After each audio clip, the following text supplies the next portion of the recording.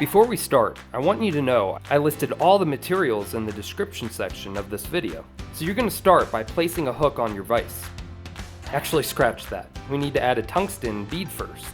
Okay, so let's start our thread right behind the bead. After a few wraps, snap or trim off the waist. Or like me, do both. Now we will add a small-sized gold wire on the top of the hook. Then wrap over the wire down the hook shank, ensuring that the wire stays on top of the hook shaft. You want to end far down into the bend of the hook, like so. Now we will line and pluck off 6 to 10 fibers of wood duck, or in this case, mallard flank feather. Measure the tips of the feather so that they are slightly longer than the hook. Then transfer the measurement into your other hand and tie it in where you left off with the wire, with 2 loose wraps. You can now adjust the tips to the length that you want, if they're not perfect. Now make wraps up the hook shank, all the way to the bead, ensuring that the fibers stay on top of the hook shank.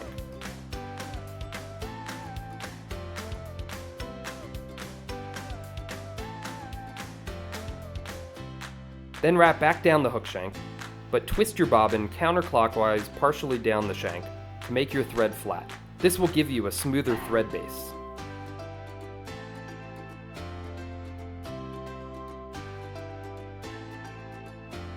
Then come back up the hook all the way to the bead.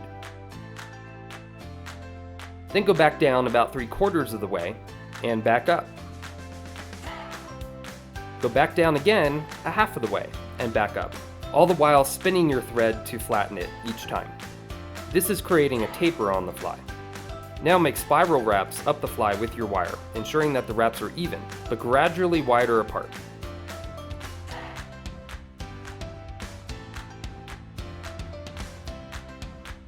You don't have to go all the way up. Stop about a bead length from the top.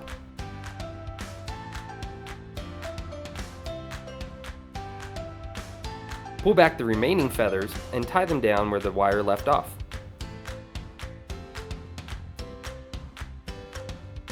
Now pull out some ice dubbing and pinch off the fibers a bit shorter.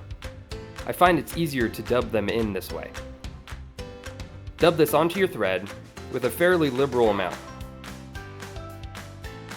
Then create a nice fat ball of flashy dubbing behind the bead.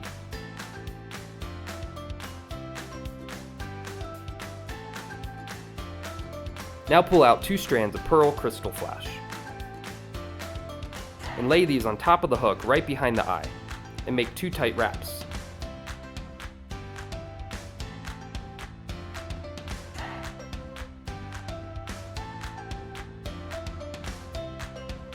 Then pull the 2 strands facing forward, rearward, and tie those in so they continue facing rearward.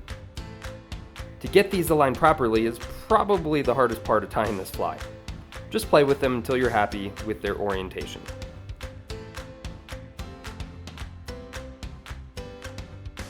Once the crystal flash is where you want it, pull the feathers forward and place your thumbnail on top of them to flare them out a bit. Then tie them in right behind the bead with 2 tight wraps.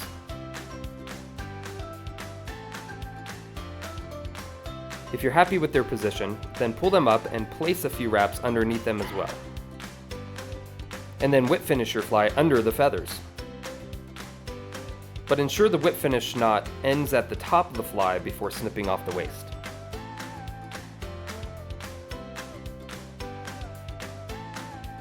Now clip off all the feathers close, and also clip the crystal flash to about as long as your bead is wide.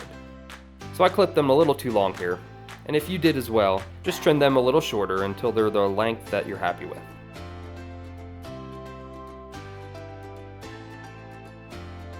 Now place a drop of UV resin on top of the feathers and let it soak in for a few seconds.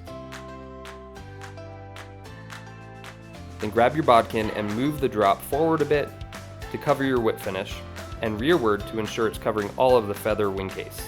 And simply zap it with your UV light and it will harden into place, protecting the feathers and your whip finish. It also has the added benefit of enhancing the feather pattern as well on top, almost magnifying it and creating a more buggy look. Well, there we have it, the Evil Olive, a great variation of the WD-40. This variation is a bit heavier and a bit flashier, and it makes a really good lead fly, maybe even dropping to a traditional WD-40 behind it.